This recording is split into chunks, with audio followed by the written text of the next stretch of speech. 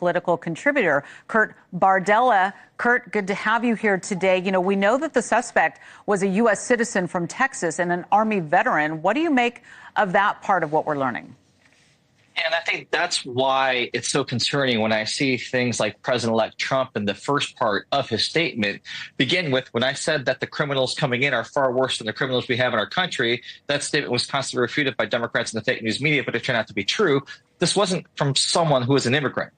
That has nothing to do with this. This was a U.S. born citizen who served in the United States military, who perpetrated this terrorist act.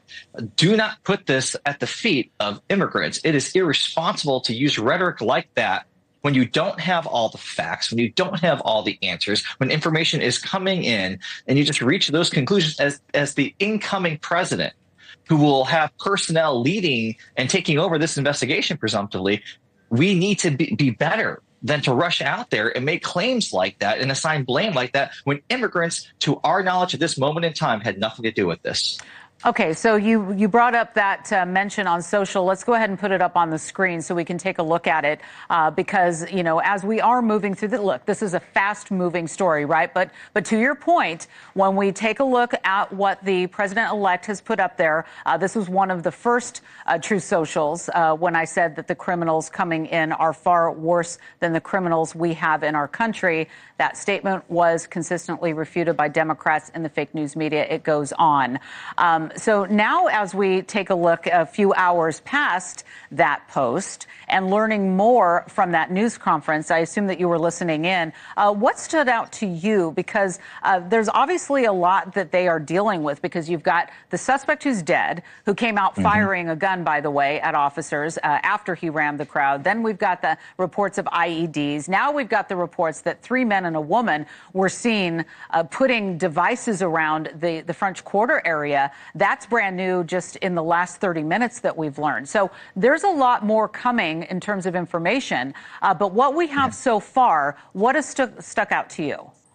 Well, I think that the size, scope, and breadth of this attack, and the fact that it wasn't just a lone person, a lone wolf, you know, as is oftentimes referred to when we see in cases like this, that there is potential that there are multiple people involved, that this was coordinated. There was a team of, you know, terrorists, frankly, that executed this. We don't know how far that spreads, and that is deeply concerning, especially when you look at where the location was and the evening that it happened. You know, we have a number of very high profile, high visible public gatherings at this time of year. And so this is the point of terror. It makes you question, am I safe to go out, whether it's there in New Orleans, or what, you know, there were big gatherings in Nashville, Tennessee, in Washington, D.C., New York City. We need to understand the size and scope of this, who was involved, how it came to be, and it's going to require a multi-agency, information sharing effort. And I agree with the local authorities who said these families, the victims, they deserve absolute transparency so that we know exactly who did this, who was a part of it, and moreover, to know that it's contained. Right, and I want to play some of that sound. Louisiana Senator John Kennedy was at the latest update from authorities. He had a lot to say. Let's watch this together. There are things that I've been told that I think are true that I'm not sharing with you today because it could interfere with their investigation. But after we get to the bottom of this, they need to tell the American people the truth, and the people of New Orleans the truth, and the people of America the truth. I think the mayor and the governor are very wise to postpone this ball game for 24 hours. There's just too much stuff we don't know.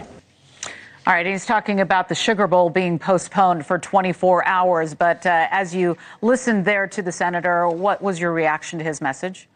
I think that's a responsible message. Again, you never want to put anything out that could compromise an ongoing investigation, that could tip anybody off. You have to be deliberate about what type of information you put out when.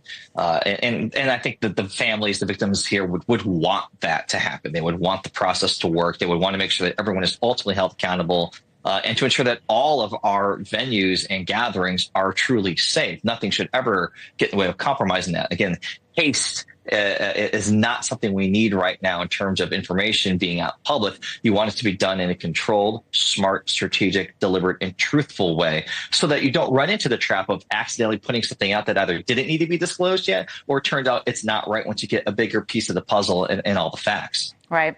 Well, we are keeping eyes on this. Of course, Brian Enton is there. We have other